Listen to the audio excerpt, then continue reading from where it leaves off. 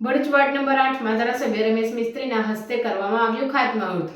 50 લાખના ખર્ચે રિલાયન્સ મોલથી સિદ્ધનાથનગર સુધી બનશે આરસીસી રસ્તો।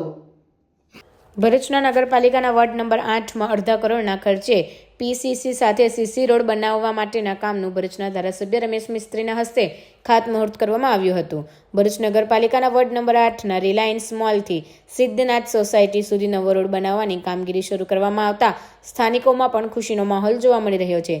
સ્થાનિક નગરસેવકોના પ્રયાસો તેમજ રાજ્ય સરકારની ગ્રાન્ટમાંથી અડધા કરોડ ઉપરાંતની રકમમાંથી પીસીસી સાથે સીસી રોડ બનાવવા માટે આકાશગંગા સોસાયટી નજીક ખાતમુહૂર્ત પ્રસંગનું આયોજન કરવામાં આવ્યું હતું।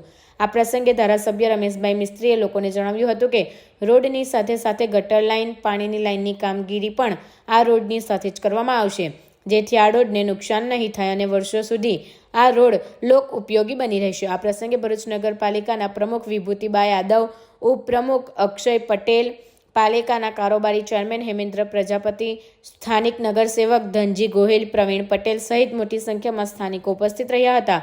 રોડના નિર્માણ કાર્યથી આ વિસ્તારમાં રહેતા રહીશો માટે આશીર્વાદરૂપ સમાન બની રહેશે।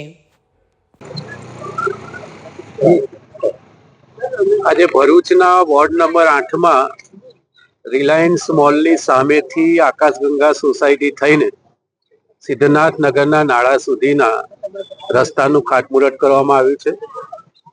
49 લાખ અને 66,000 રૂપિયાની અંદાજિત રકમ સાથેનું આ કામ છે। આજથી જ આ કામનો પ્રારંભ થશે। પહેલા પીસીસી થશે અને એના ઉપર સીસી રોડ બનાવવામાં આવશે, જેના કારણે એની મજબૂતાઈ લાંબો સમય સુધી રહેશે।